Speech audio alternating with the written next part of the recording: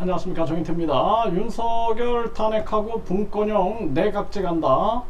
네, 지금 이제 윤석열 탄핵 목소리가 나오고 있어요. 매일경제에서 보면은 윤석열 탄핵 발언에 고성만 오간 국회 대정부 질문 첫날. 네, 지금 이런 정황이죠. 여기에다가 더 탐사에서 윤 대통령 입당 전에 녹취 음성이 공개가 됐어요. 네, 이준석 3개월짜리다. 뭐 개판 치면 당 뽀개버린다. 뭐 당 대표부터 전부의 힘 줄세요. 네, 이런 얘기가 나왔어요. 이거 민중의 소리에서 보도했고요.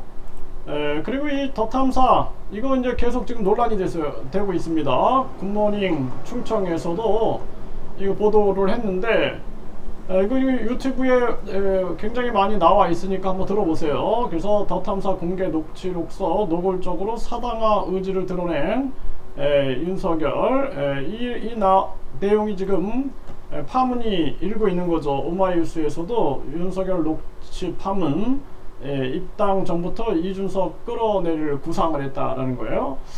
자, 그래서 지금 이제 뭐 하나 한두 개가 아니겠죠.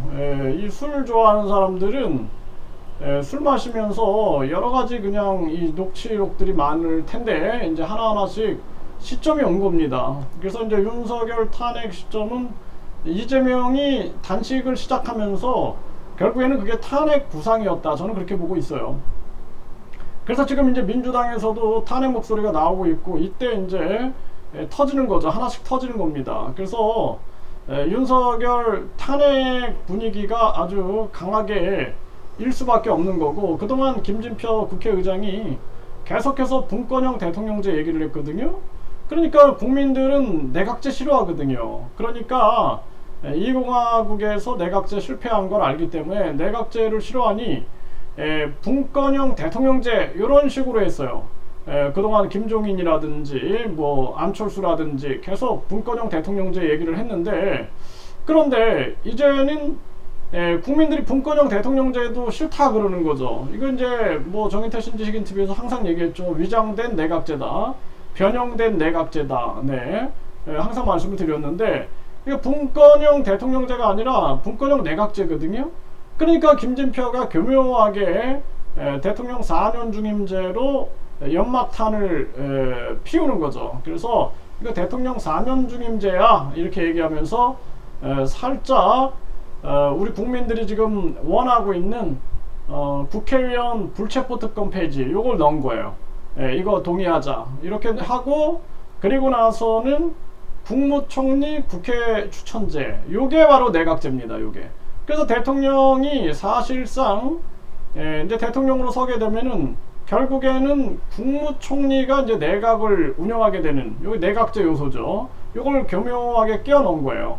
그렇게 해가지고 징검다리 만든 거죠. 이렇게 되면 이제 국무총리가 완전히 국회의원들이 국무총리 추천하고 국무총리가 장관들 임명하게끔 해가지고 결국에는 완전 내각제로 가는 거죠.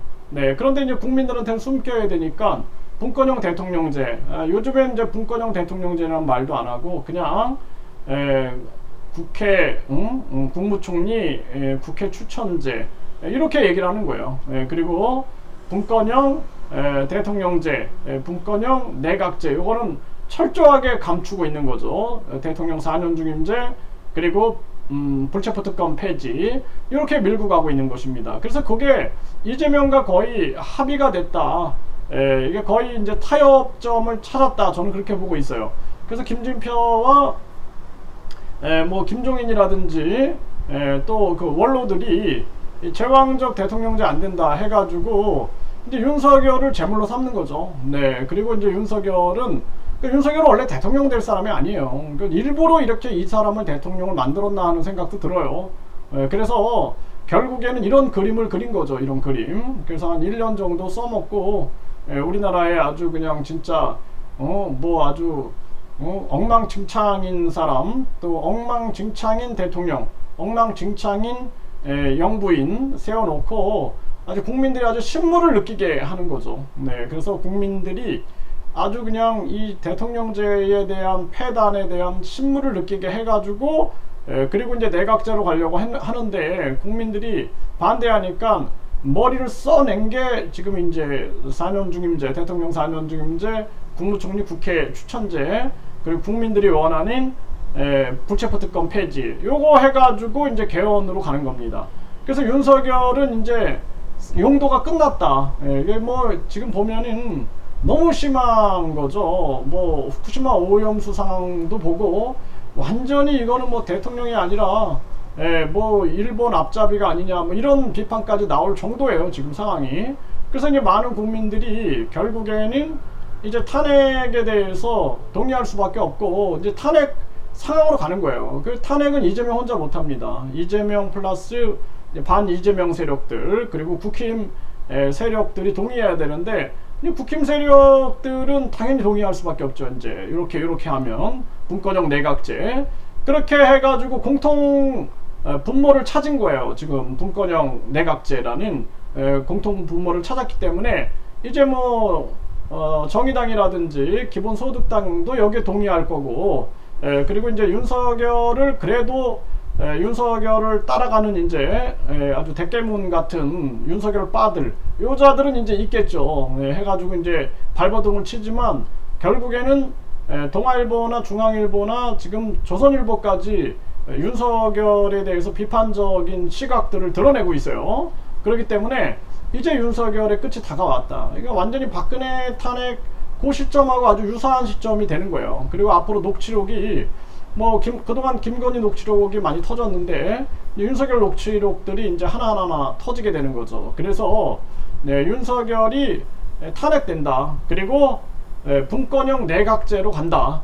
그러면 우리 국민들 입장에서는 분권형 내각제가 아닌 분권형 직접 민주제로 가야 된다. 이거 외쳐야 돼요. 이거 못 외치면 이제 국회의원들한테 지배받는 세상 됩니다. 아주 지긋지긋합니다. 네, 그래서 분권형 직접 민주제로 가야 한다. 이거 외쳐가지고 분권형 직접 민주제는 대통령, 국회의원, 국민소환제, 국회 해산, 국민투표제, 국회 해산을 국민투표로 결정할 수 있게끔 하고 국민투표 시민발언제, 국민투표를 국민들이 발언할 수 있는 거예요. 그래서 스위스는 10만 명이 동의하면 국민투표에 붙이고 대만도 유권자 1.5%가 동의하면 국민투표에 붙이죠.